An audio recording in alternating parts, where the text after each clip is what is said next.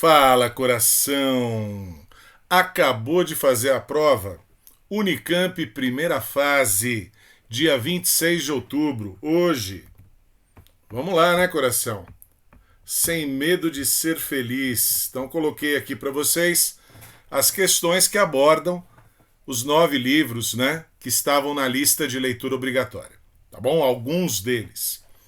Questão 23, eu estou pegando aqui, vocês viram, é a prova Q, né? Q, modelo Q e X, tá bom?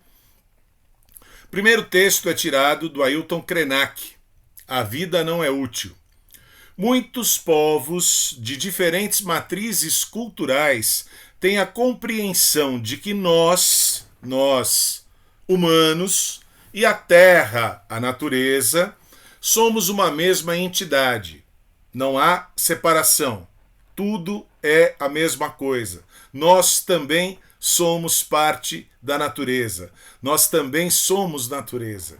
Até o começo do século XX, o mundo do trabalho e da produção se dava com ferramentas e meios que não tinham a potência de exaurir, de acabar, né, com os recursos da terra, como acontece hoje, a partir do século XX. Desse tempo para cá, sobraram poucas humanidades espalhadas pelo planeta. Então a postura do Ailton Krenak, que a gente comentou, né, muito crítico em relação ao modelo capitalista. Beleza? De desenvolvimento, acabando, né, com recursos naturais.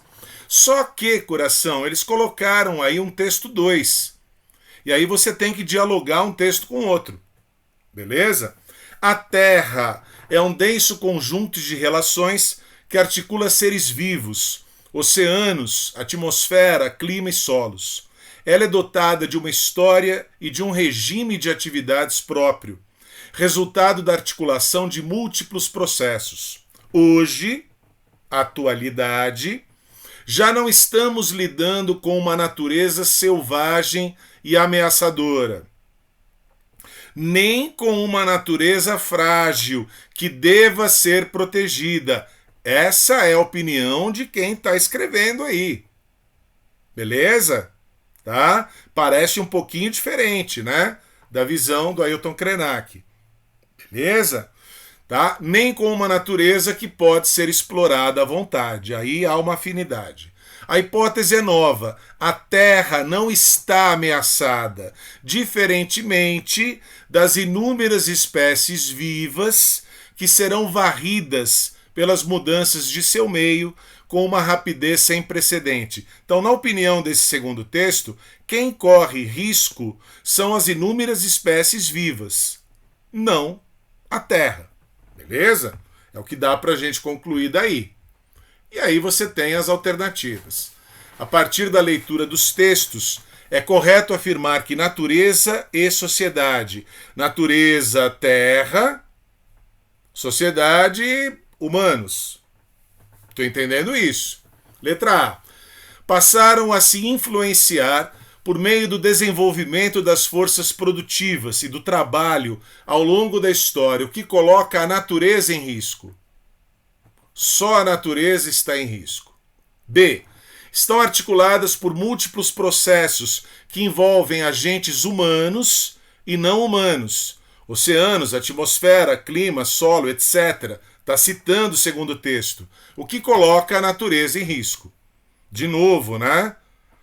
Letra A, letra B, colocando apenas a natureza em risco. C. Possuem uma história comum e articulada, fato percebido por povos de diferentes matrizes culturais. Está pegando o início do texto do Ailton Krenak.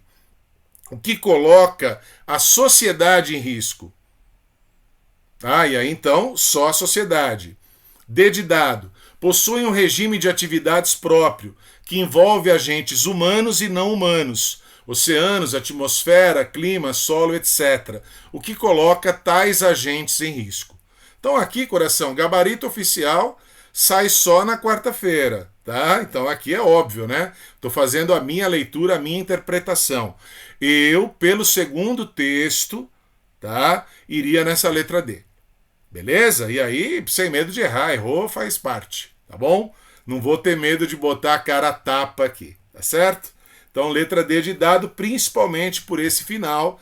Lembrando que no primeiro texto do Ailton Krenak não dá para concluir isso. É mais pelo segundo texto, tá bom?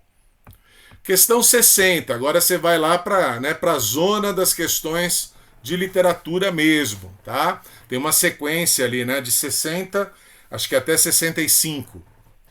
Em seu ensaio A Vida Não É Útil, Ailton Krenak elege Carlos Drummond de Andrade como um de seus escudos. Ele cita a última estrofe de O Homem, as Viagens, poema publicado em As Impurezas do Branco, de 1973. Reproduzimos a seguir a primeira e a segunda estrofe desse poema. Poema, do Drummond. O Homem, as Viagens.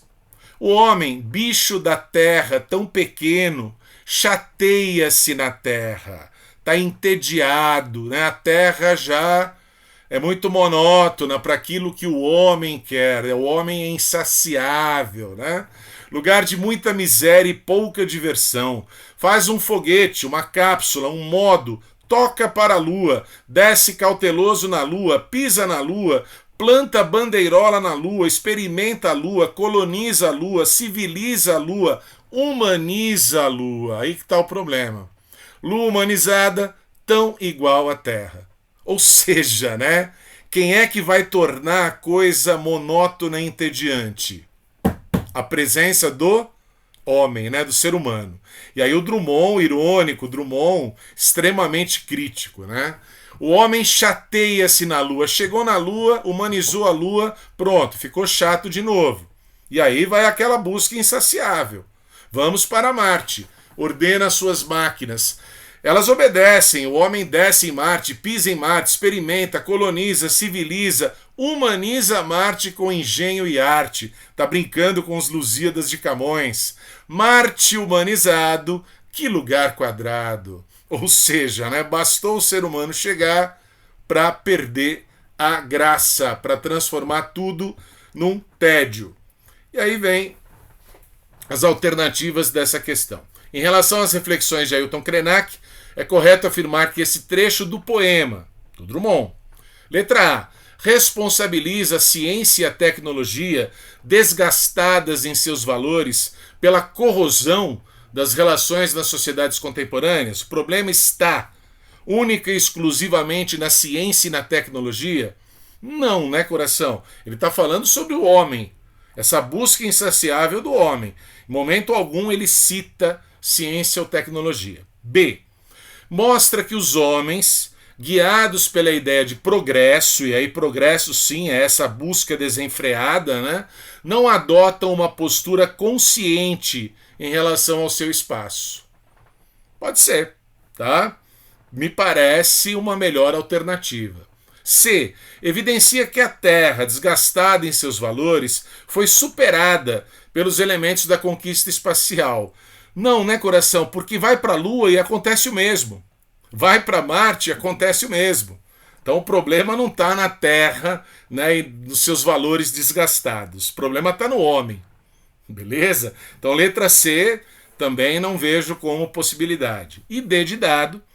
Identifica a aniquilação das sociedades contemporâneas nos programas de governos persuadidos pelo progresso. Aniquilação, aqui é uma catástrofe, né?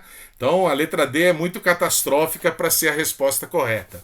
Então aqui eu vou na letra B também assim com tranquilidade. Beleza? Vamos conferir depois quarta-feira o gabarito oficial, tá? Questão 61, coração. É poema, né, de José Paulo Paes. Então, prosas seguidas de odes mínimas. Aos óculos. Então vejam, né, ele também irônico, assim como Drummond, vai o tempo inteiro na linha do humor, na perspectiva do humor, da banalização, da dessacralização da poesia. Então deixa de ser sagrado, passa a ser profano, cotidiano, banal. Então ele vai fazer um poema aos óculos, objeto. Beleza? Só fingem que põem o mundo ao alcance dos meus olhos míopes. Na verdade, me exilam dele com filtrar-lhe a menor imagem. Já não vejo as coisas como são, vejo-as como eles querem que as veja. Eles óculos, né? Logo, são eles que vêm, não eu, que mesmo cônscio do logro, consciente da mentira, do engano, lhe sou grato, por anteciparem em mim o Édipo curioso de suas próprias trevas. Aí a história do Édipo, né, que no final, quando descobre ser o assassino de Laio, né, aquele que matou o pai e se casou com a própria mãe, fura os próprios olhos e fica cego. Então, um poema bem legal aqui, muito bem escolhido, né? Vem o segundo texto para falar de ode. Do grego ode, ou do latim ode, oda, a ode era, na antiguidade clássica, um poema destinado a ser cantado, ou um canto alegre, triste ou lírico. Era um poema de alguma extensão, de elevado assunto. Aqui, coração, aqui está o fulcro da questão. Elevado assunto ou nobre. É isso que o José Paulo Paes não vai fazer, beleza? Expressando sentimentos ilustres em homenagem a algo ou a alguém. Ele está fazendo aos óculos, né? E até criticando um pouquinho aquilo que os óculos fazem. Apresentava também a elaboração estrófica, bem como estilo formal, nobre e cerimonioso. É correto afirmar que a ode mínima de José Paulo Paes reelabora a definição clássica de ode ao, letra A, respeitar a elevação do assunto. Não, né, coração? Ele não vai respeitar, é um assunto banal, ele faz um poema para os óculos. Então, na letra A, não precisa nem ler o resto, esquece, não tem nobreza de tom, não tem sentimento ilustre, nada disso. B, utilizar-se de um tom elevado e cerimonioso para homenagem, esquece, nada. A e B, com certeza eliminadas. C, dirigir-se a um objeto, beleza, vinculando-se ao gênero canção popular. Ele está fazendo música aqui? Não, né, coração? Então a C é para te distrair, mas a resposta aqui claramente é letra D de dado. Celebrar um objeto fundamental, os óculos, e não algo ou alguém ilustre. Beleza? Então aqui uma questão mais fácil do que as anteriores, tá bom? Tranquila, né? 62. Essa é cabeça, hein? O povo tá rebolando aí na internet para chegar num gabarito aqui. No conto Réplica, que integra a coletânea no seu pescoço de Chimamanda Adichie, a protagonista vive. A protagonista é Niken. O marido, Obiora, vive na Nigéria a maior parte do ano. E ela está nos Estados Unidos esperando o marido, cuidando de 2 filhos que tem com ele. Então o bacana lá, o Obiora, tem grana, ela vive em boas condições financeiras, os filhos estudam em boas escolas ao lado dos brancos, ela está numa boa nos Estados Unidos. Só que, né, o colchão, a cama em que os dois dormem, né, uma parte é ocupada o ano inteiro, a outra parte é ocupada apenas em 2 meses. E aí é óbvio, né? Ela recebe telefonema lá dessa amiga de nome quase impronunciável, Igemamaka, tá o tempo inteiro alfinetando que o Obiora tem outras mulheres na Nigéria. Beleza? Então, né, sororidade feminina bem longe disso. Ela tá lá o tempo inteiro só para espicaçar a coitada da Niken, tá? Então vou ler as alternativas, eles aqui, né, pegaram pesado, porque você tem que lembrar do conto. Se você não lembrar do conto, você vai boiar completo, né? Letra A. O choque cultural consequente das diásporas africanas contemporâneas. Então, né, na Nigéria, isso aparece em vários contos, houve lá uma guerra, né? Então, é a guerra do Biafra. Em função dessa guerra, houve sim essa diáspora. Talvez seja por aí. Eu estou querendo acreditar nisso. E isso leva a que muitos nigerianos acabem imigrando, acabem mudando de país. Como no caso dela, que vai viver nos Estados Unidos. É o mesmo caso da escritora, né, Chimamanda Adichie. Tá? Então, essa alternativa me parece bem bacana. Choque cultural, tá? Poligamia, monogamia, dá até para brincar por essa área aí. E também na questão da réplica, né? Pegar cópias, imitações de obras de arte africanas. Há uns vizinhos ali que colecionam, Tá certo? Então o que acontece? Trabalhar sempre nessa linha. Não é o original, é a réplica. Então o que ela está vivendo é uma vida dúbia, dupla. Tá? Então essa letra A me parece bacana. Na letra B, as contradições culturais consequentes do processo de recolonização da Nigéria, expressas pelos negócios ilícitos de Obiora, o foco do conto não é o Obiora. O foco do conto é a mulher, a Niken, que está ali nos Estados Unidos. Beleza? O Obiora é bem secundário. Ele aparece bem menos. Então, coração, eu descarto essa letra B por isso. Recolonização da Nigéria em que sentido? Metafórico? Tem novas metrópoles? Então, também, né? Aqui o foco é ela vivendo nos Estados Unidos, uma nigeriana nos Estados Unidos. C. A opressão feminina, consequência da falência do modelo africano de sororidade. Que modelo é esse?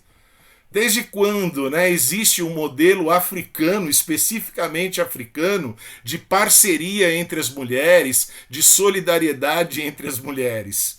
Não vejo, né? Então no relato da IG Mamaca, que está lá só alfinetando, espicaçando a coitada da Niken, não vejo, né, essa falência do modelo africano de sororidade, desconheço da existência desse modelo. E na letra D, que dá para ficar na dúvida, o sentimento de nacionalismo. Ela, no final da história, deixa claro para o marido que ela não quer mais aquela vida bacana nos Estados Unidos, que é uma vida de mentira, que é uma réplica. Ela quer a vida real, e a vida real na Nigéria. Ela quer voltar para a Nigéria, consequente das saudades de práticas culturais, como no estranhamento dos vizinhos brancos.